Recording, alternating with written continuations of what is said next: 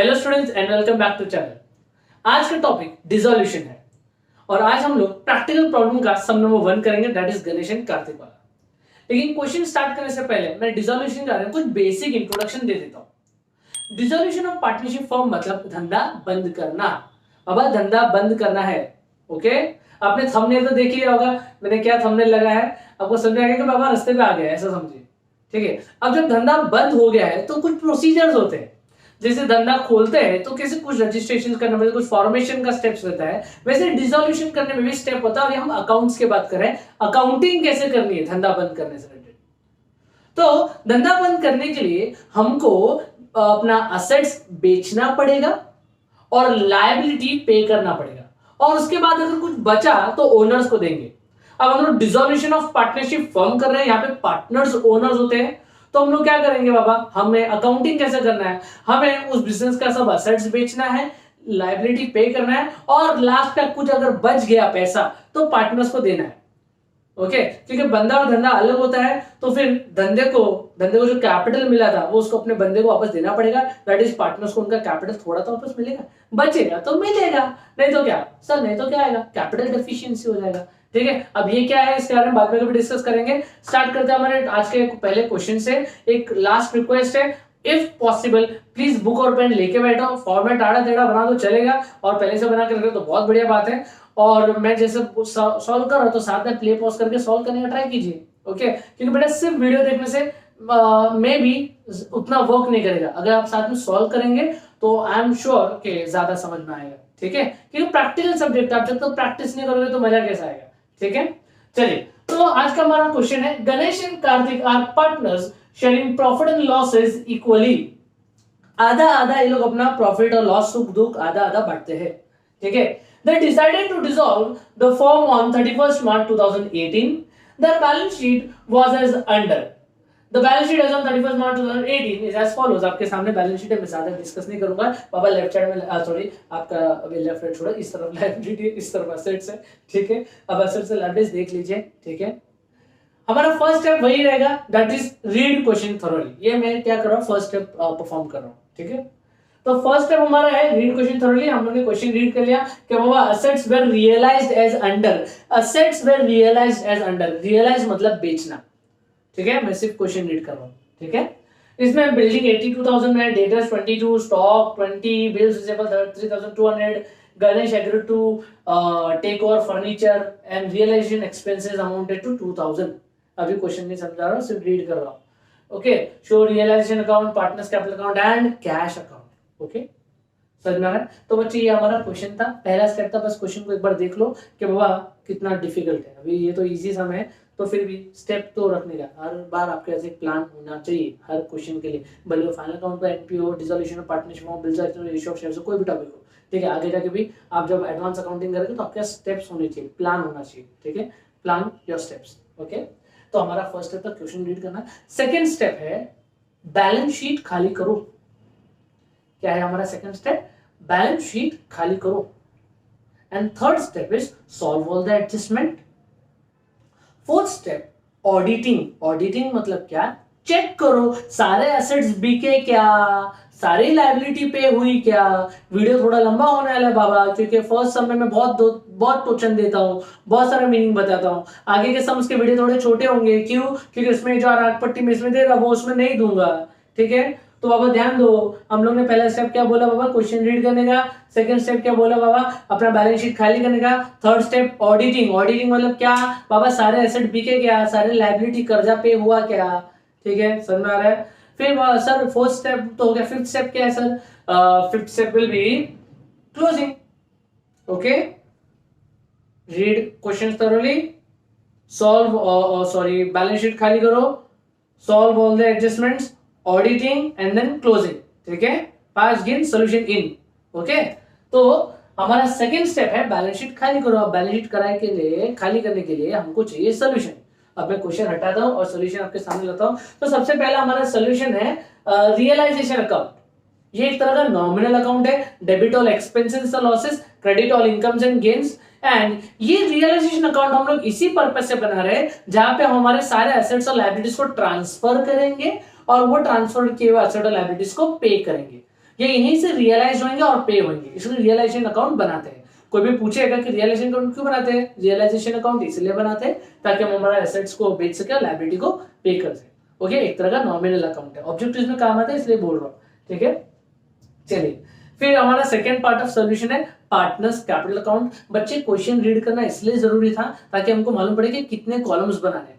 Dissolution एक ऐसा topic है जिसमें कभी 2 पार्टनर्स होते हैं, कभी 3 पार्टनर्स होते हैं। ठीक है, इसमें गणेश और कार्तिक 2 पार्टनर्स है, तो उनको 2 पार्टनर्स कॉलम बनाने। आप समझे फर्स्ट स्टेप क्यों जरूरी है। ठीक है, and third step is cash account. ठीक है, आप कैश अकाउंट भी आप बना सकते हैं। अब मेरा सॉल्यूशन आपको थोड़ा दिखेगा। देखो यूजुअली आप अपने पेज में, अपने जो बुक है ना, उसमें फर्स्ट पेज तो रियलाइजेशन को ही दो। कभी बड़ा सा आता है ना बेटा, बहुत गंदगी हो जाती है, नीचे काटा कुटी ऐसा है ना, होकर लोकल ट्रेन में कैसे अपन सब आदमी घुस जाते, सब भीड़ होता है, वैसा अपना ट्रांजेक्शन दिखेगा। इससे अच्छा प्लेस है बड़ा बनाओ, 28 लाइन का अपना बोर्ड पेपर का सोल्यूशन होता है। पेपर जो है ना, पेज वो बोर्ड पेपर वाला ब्लू कलर का, जो भी रेड मरून जो भी कलर है बाबा, लेकिन उसमें 28 लाइन होता है। तो फर्स्ट पेज तो अपना जो भी पेज पे आप डिसोल्यूशन स्टार्ट करेंगे, रियलाइजेशन पूरा पेज, उसके आगे बाजू वाले इस पेज में आप क्या बना देंगे, अपना पार्टनर्स कैपिटल 12 लाइन का बहुत है, कैश या बैंक अकाउंट, इसमें कैश बनेगा तो वो भी 10-12 लाइन का बहुत है। ठीक है, थोड़ा सोल्यूशन ज्यादा एक्सप्लेन कर रहा हूँ।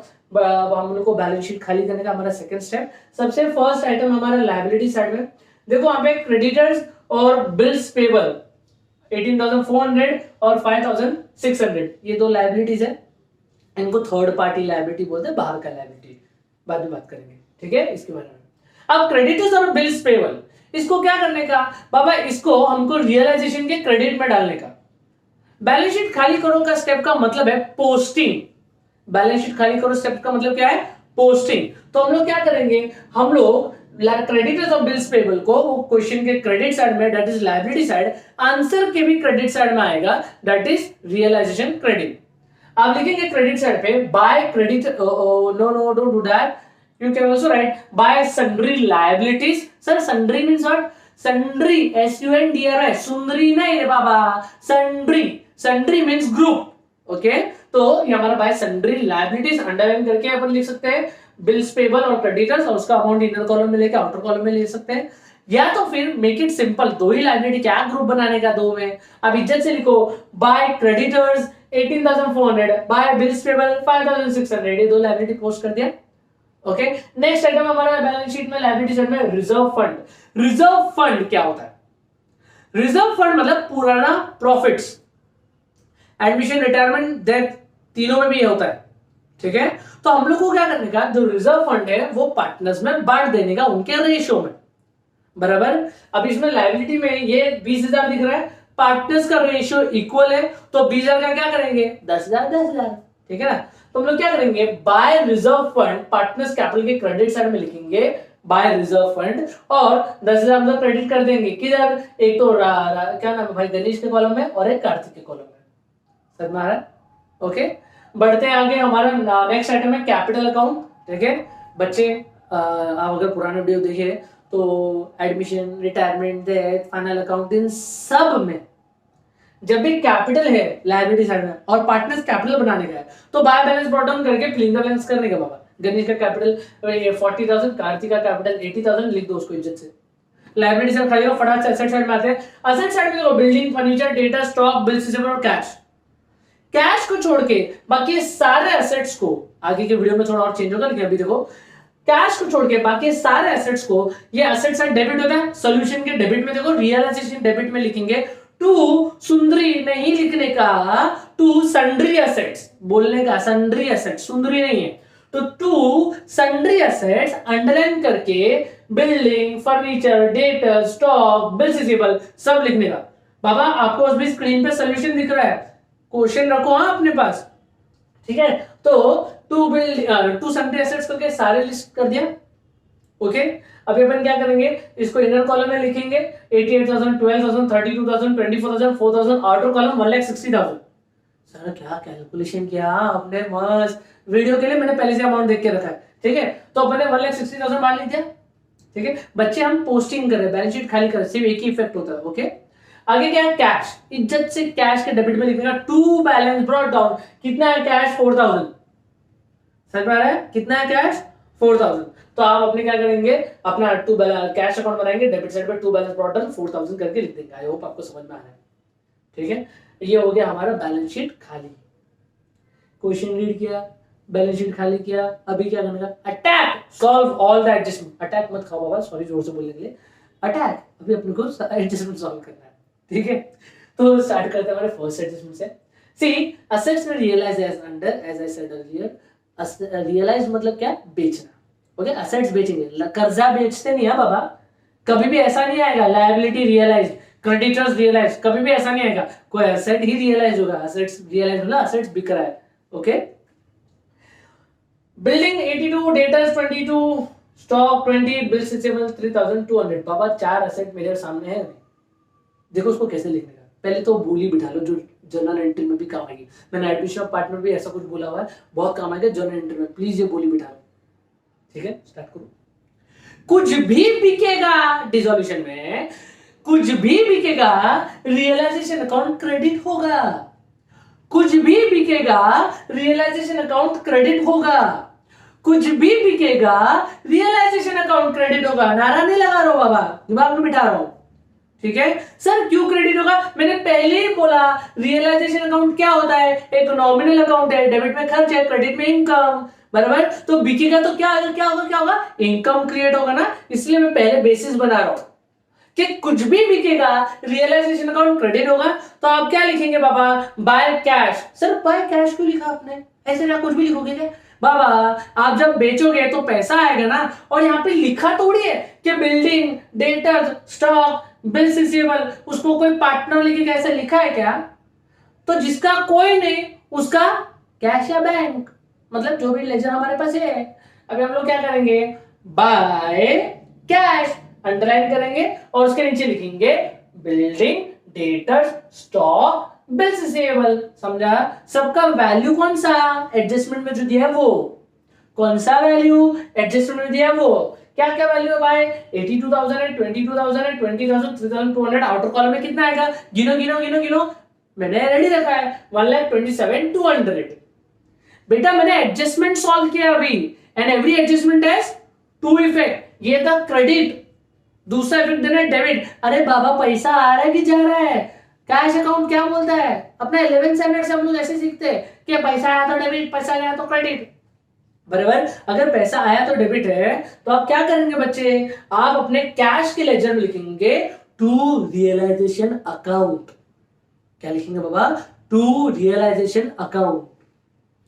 ठीक है, ये वीडियो इसलिए लंबा होगा क्योंकि मैं एक एक एडजस्टमेंट में थोड़ा ज्यादा बोलूंगा।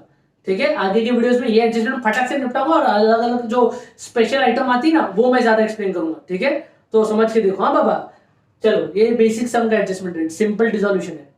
ठीक है, अभी क्या करेंगे बच्चे, ये हो गया हमारा पहला एडजस्टमेंट फॉर्म। आगे बढ़ते हैं। And Ganesh agree to take over furniture. एक असेट जो है वो हमारा फर्नीचर जो है वो कौन ले जा रहा है, गणेश। ठीक है, गणपति बप्पा मोरया, गणेश ले जा रहा है फर्नीचर। ठीक है, अब फर्नीचर धंधे से जा रहा है, बिजनेस के लिए इनकम ही है क्योंकि इसका सेटलमेंट पार्टनर से होना है। इन शॉर्ट कुछ भी रियलाइज हो रहा है, सर रियलाइज लिखा नहीं, इसका मतलब रियलाइज ही है। ठीक है, असेट्स निकल रहा है, रियलाइज हो रहा है, बस ये देखो कौन ले जा रहा है, पार्टनर या कोई नहीं, कोई नहीं तो कैश या बैंक। समझ में आ रहा है, समझेगा, 2-3 वीडियो देखोगे तो समझेगा, या तो फिर डाइजेस्ट में सोल्यूशन देखो, स्मार्ट नोट्स में क्वेश्चन देखो, सब आ जाएगा। ठीक है, तो हम लोग क्या करेंगे बाबा, गणेश अंकल क्या कितना लिखेंगे, 10,000 का फर्नीचर लिखेंगे, 10,000 में फर्नीचर लिखेंगे, 10,000 का नहीं, 10,000 में फर्नीचर लिखेंगे, 10,000 में फर्नीचर लिखेंगे।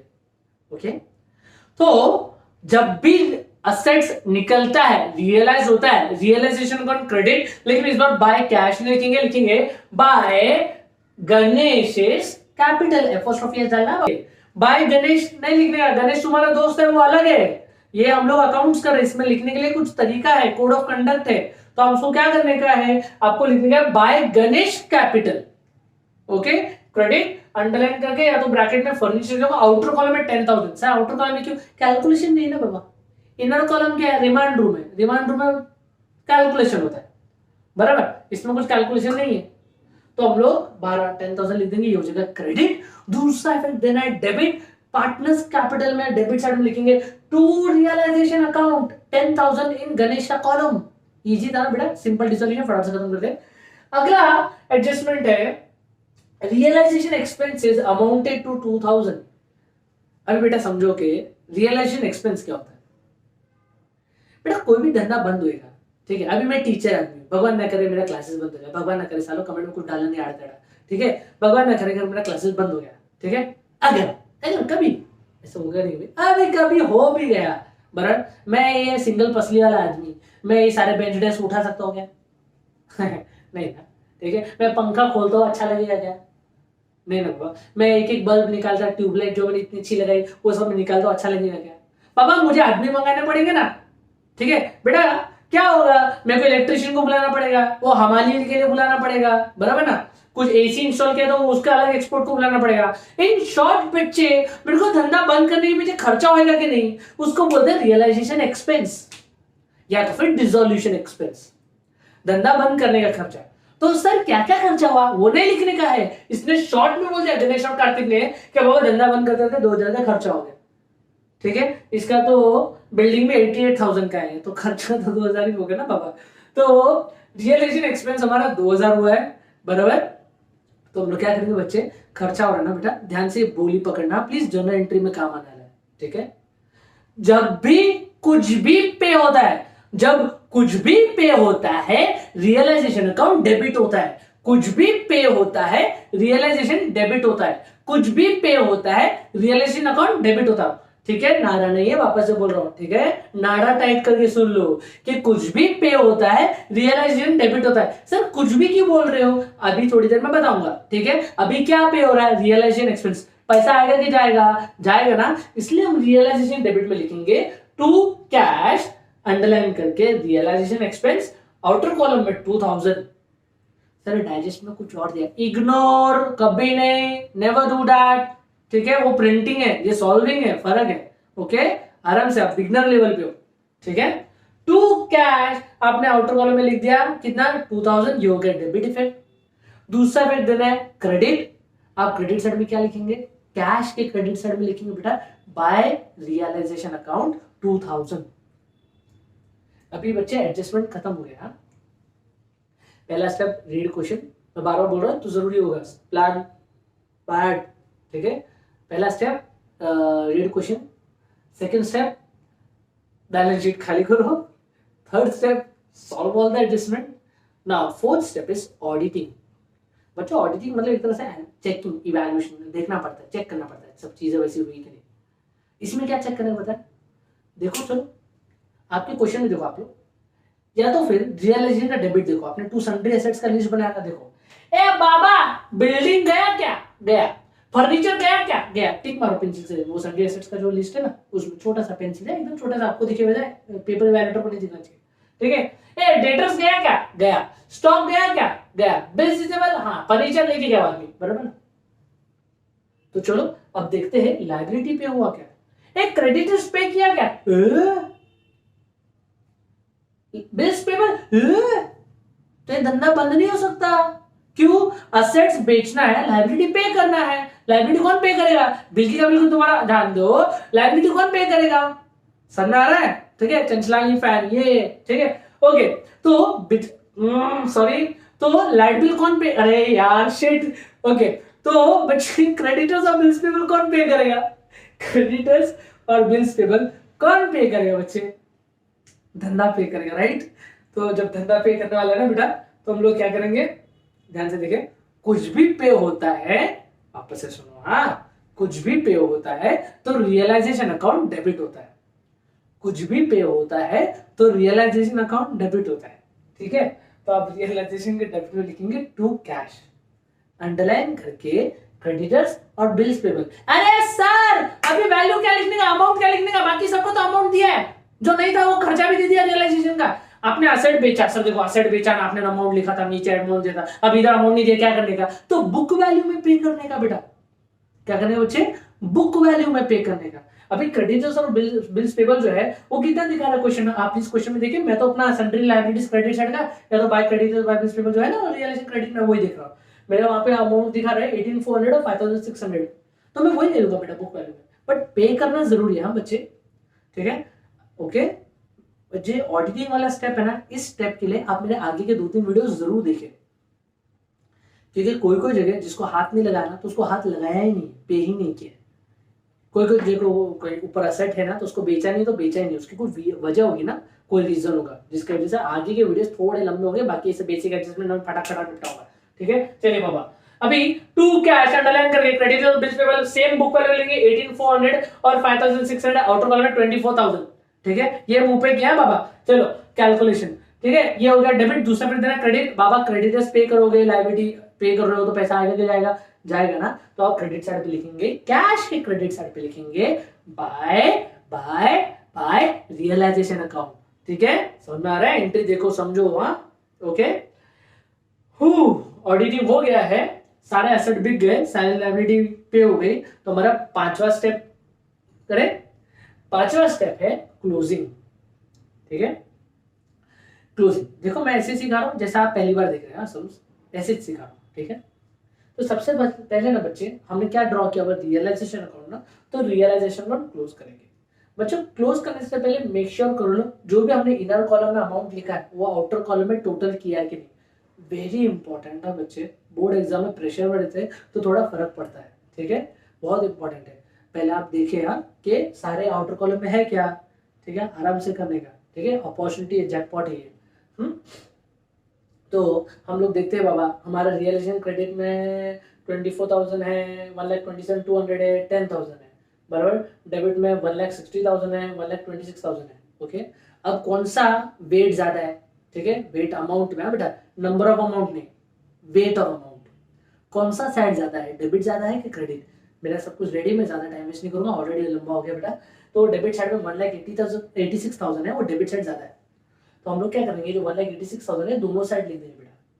किधर लिख देंगे? दोनों साइड, डेबिट और क्रेडिट रियलाइजेशन के नीचे ऐसा पार्टियां मार के। ठीक है, दोनों साइड 1,86,000 किया और क्रेडिट साइड का टोटल करके उसको आप 1,86,000 से माइनस कीजिए रफ में, and you will be obtaining that figure that is 24,800। ठीक है, 24,800।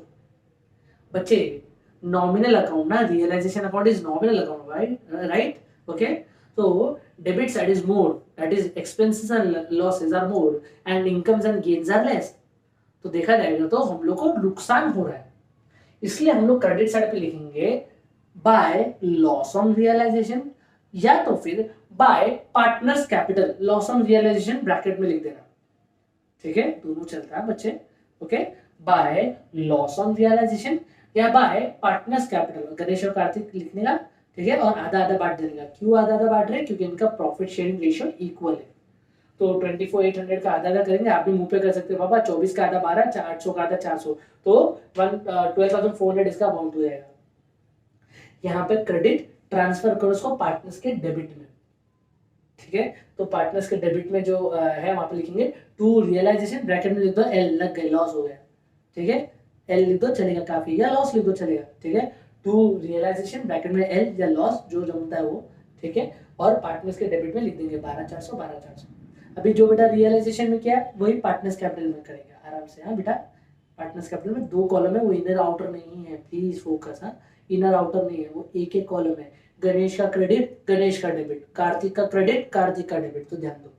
ठीक है, तो बच्चे यहाँ पे कैसे देखें, अभी गणेश का 40,000 10,000 क्रेडिट साइड ज्यादा है और डेबिट साइड में ख्याल से हाँ कम है, और कार्तिक का भी क्रेडिट साइड ज्यादा है 90,000। ठीक है, हम दोनों का टोटल दोनों साइड लिख देंगे 50 और 90, 50 और 90 आ गया आराम से आराम से।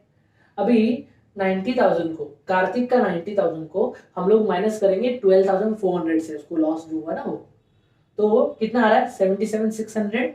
बेटा ये जो 77,600 है ये बचा हुआ पैसा है जो हम लोग कार्तिक को दे रहे हैं। ओके, अब करते हैं गणेश का। गणेश का देखो 50,000 है, बराबर। अभी ऊपर 10,000 भी है जिसने फर्नीचर लिया है ना, है ना, फर्नीचर किसका है, धंधे का है ना, उसके कैपिटल में कट रहा है देखो। ठीक है, तो हम लोग क्या कर रहे हैं 50,000 है ना, उसमें से 10,000 वो माइनस किया, 12,400 हुई है, लॉस माइनस किया, बराबर। तो इसमें हम लोग को क्या करना है बच्चे, ये हम लोग गणेश का हम लोग लिखेंगे 27,600। ओके, इसका अमाउंट कितना रहा है 27,600, कम आ रहा है। ठीक है बच्चे, अभी क्या होगा बच्चे, यहाँ पे आपने जो अमाउंट ऑब्टेन किया है इसको टाइटल नहीं दिया है, डेबिट साइड में लिखना पड़ेगा ना कुछ, तो यहाँ हम लिखेंगे टू कैश। ठीक है।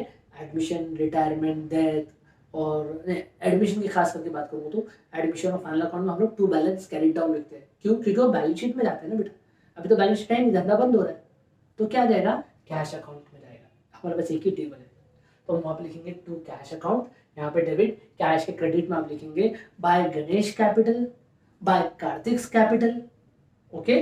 और फिर उसका अमाउंट लिख देंगे, रिस्पेक्टिव अमाउंट 27,600, 77,600, ओके। और फिर आप टोटल करेंगे तो आपका टैली फिगर आ जाएगा 1,31,200, ओके।